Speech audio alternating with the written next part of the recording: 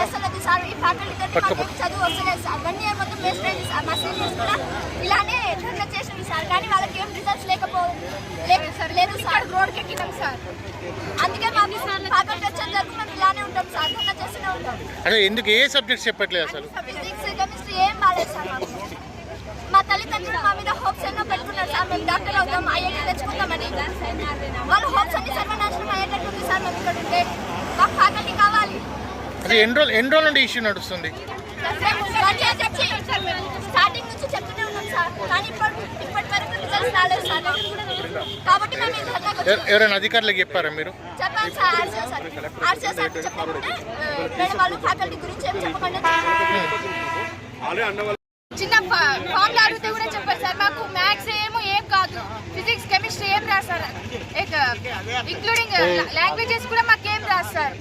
అసలు ఎన్ని రోజుల నుండి ప్రాబ్లం ఉంటుంది? 1 ఇయర్ నుంచి సార్.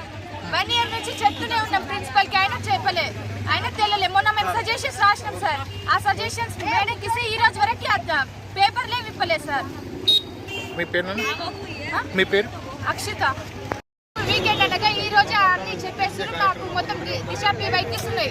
ఆ దిశ పీవైక్యూస్ ఆన్సర్స్ మొత్తం బట్టి పట్టేస్తున్నాం. అందులో రేపు వచ్చే వీకెండ్ లో మొత్తం అవే పెట్టేస్తున్నాం సార్. ఆన్సర్స్ మాకు ఓన్గా చేయడం టాలెంటే లేదు సార్. ఒక్క ఫామ్ అడిగితే ఒక్కరు కూడా రావు. పోయినసారి ఫ్యాకల్టీ చేంజ్ అయినప్పటి నుంచి 5 ఐఐటీ సీట్స్ వచ్చినాయి సార్.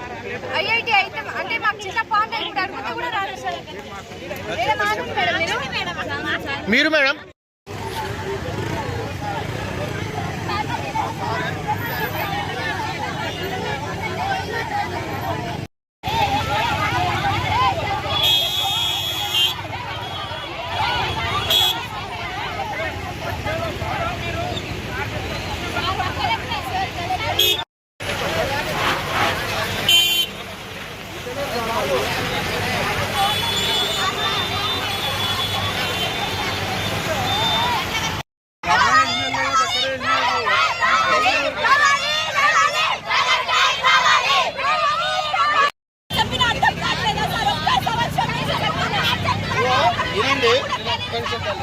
వినండి.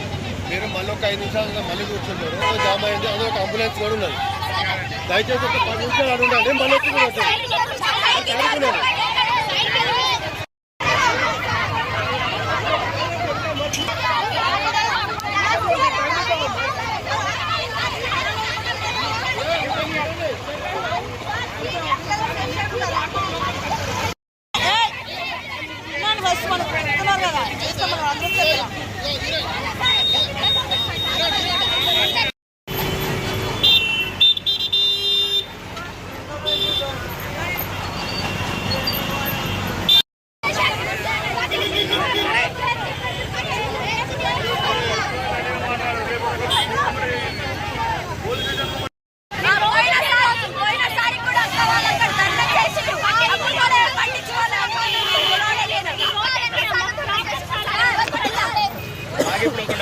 సీనియర్స్ ఎందుకు రాలే మరి ఇప్పుడు?